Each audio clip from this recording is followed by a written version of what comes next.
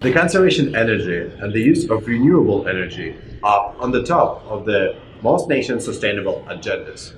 The dairy is one of the most inefficient agricultural systems because it requires refrigeration on both transportation and storage stages. To do more with less, we are innovating the dairy processing system to not only conserve energy, but fight world hunger in both developed and developing countries. In 2008 alone, almost 1.5 billion were spent in conserving raw milk to consumable dairy products. The majority of this money was spent on electricity, primarily for processing, cooling, freezing, and cold storage.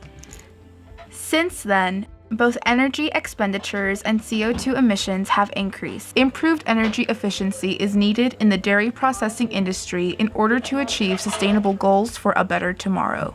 We spoke with Troy Amel from Blanco, Texas, to gain his insight on the dairy supply chain. Well, we transport raw milk from the dairy farms, raw milk going to the creameries. Milk is loaded at 36 degrees or colder, kept in insulated tankers, and it must maintain it under 40.5 degrees for most plants to take it. The average miles a gallon is about 6.2, and that's loaded and empty. You know, you get a little bit more loaded, a little less, a little more fuel mileage when you're empty than you do loaded, but the average on a day, and half of that's loaded, half of that's empty, it averages about 6.2 miles a gallon. The majority of milk going to market travels 500 miles. Wow. You know, a lot of from Stephenville to Houston is 270. It's still a 500-mile round trip, but most of the milk travels a long way.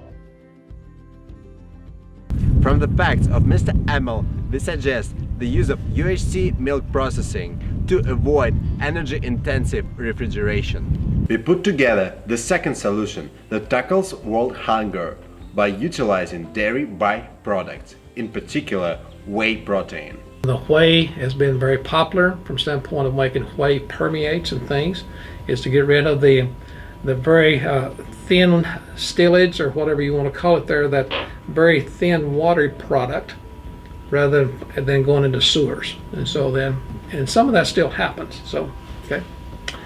From that then, why we know that that 3 or 6 or 7% solids in there is good stuff, but most of it's water.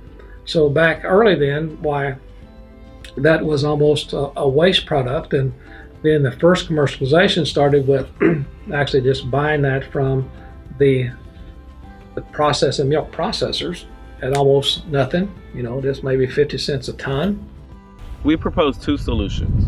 First, we propose that UHT be used to reduce refrigeration to help transition into a more carbon neutral dairy supply chain. Second, we propose that dairy byproducts be maximized to tackle world hunger.